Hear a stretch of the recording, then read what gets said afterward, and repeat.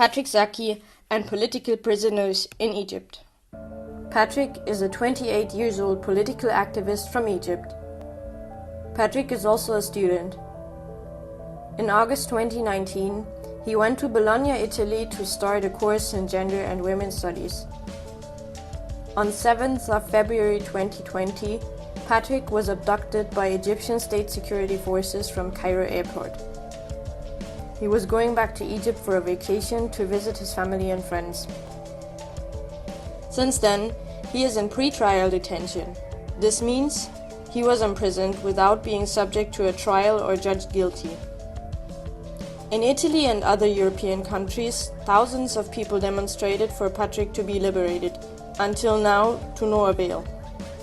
From 7th of March to 26th of July 2020, all communication with Patrick was lost, even by his lawyer. Patrick's detention is currently being renewed every 45 days in absentia. Patrick was arrested on the basis of screenshots from his Facebook account. The accusations were publishing rumors and false news that aim to disturb social peace, incitement to protest without permission, calling for overthrowing the government, managing a social media account that aims to undermine the social order, incitement to commit violence and terrorist crimes. Patrick is the victim of the repressive system ruling today's Egypt. In Egypt, you can be arrested only for publishing your opinions on social media.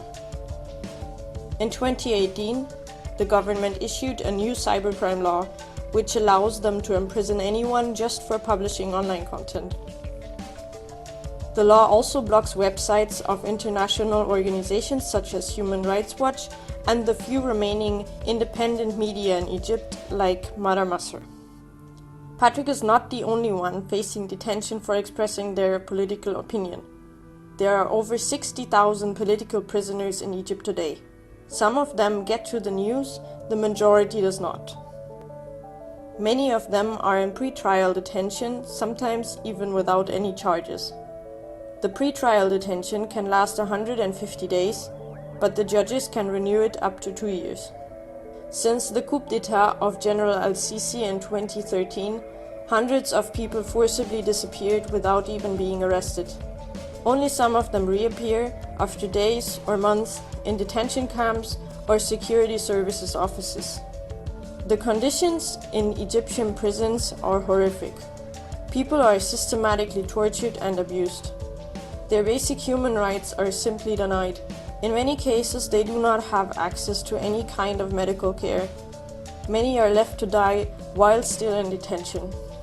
Like Patrick, many prisoners cannot even communicate with their family, friends, and lawyers. Since the outbreak of coronavirus, the conditions got worse. The prisons are overcrowded. The hygienic conditions are below any acceptable standards. The prisoners do not have access to sanitary products.